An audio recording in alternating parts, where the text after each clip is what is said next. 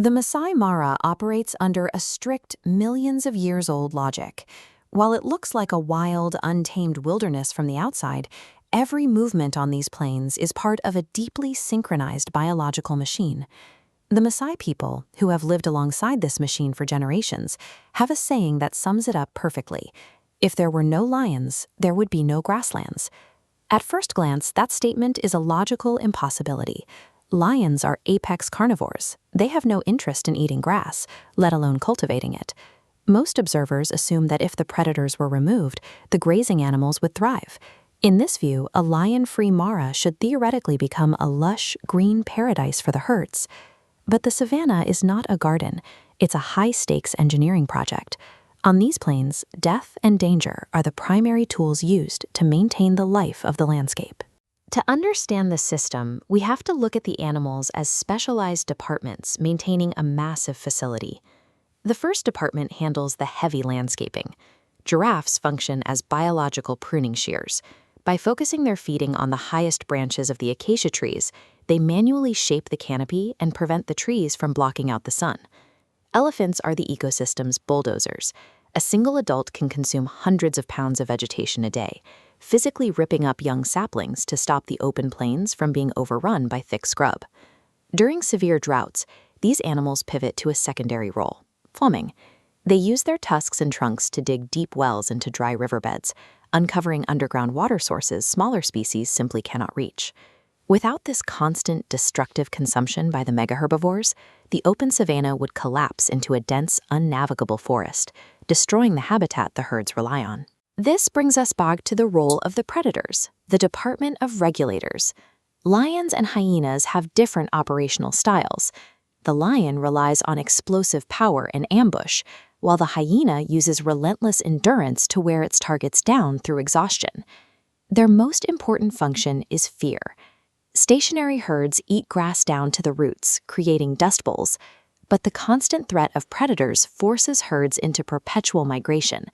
This prevents overgrazing, giving the grass the exact window of time needed to fully recover and regrow. This is why the lions are essential to the grass. Fear is the mechanism that prevents the savanna from becoming a desert.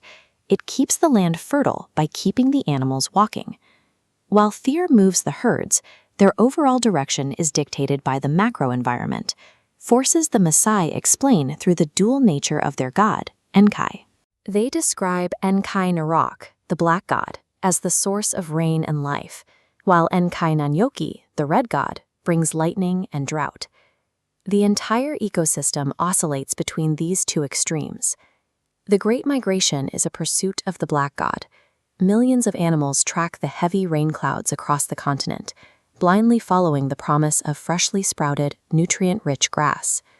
But following the rain leads the herds to the Mara River. This geography creates a massive bottleneck, forcing millions of animals to navigate turbulent, muddy currents to reach their food. The river serves as a filtration system. Its resident crocodiles wait for the migration to come to them, claiming the exhausted and the weak in a merciless exchange of energy between land and water. While the weather provides the fuel for the system, the river acts as a quality control mechanism. Only the strongest and most adaptable individuals survive the crossing, ensuring the health of the species for the next generation. When we observe the Mara from a distance, we see thousands of individual survival strategies functioning as one interconnected machine. There are nomadic hunters like the cheetah, who live entirely solitary lives, contrasted by the deep cooperative bonds of the lion prides and the Masai communities. Despite these different ways of living, every organism on these plains is tied to the same overarching rhythm. The survival of the predator depends on the movement of the herd, and the health of the herd depends on the growth of the grass. The Masai capture this interdependence in their wisdom.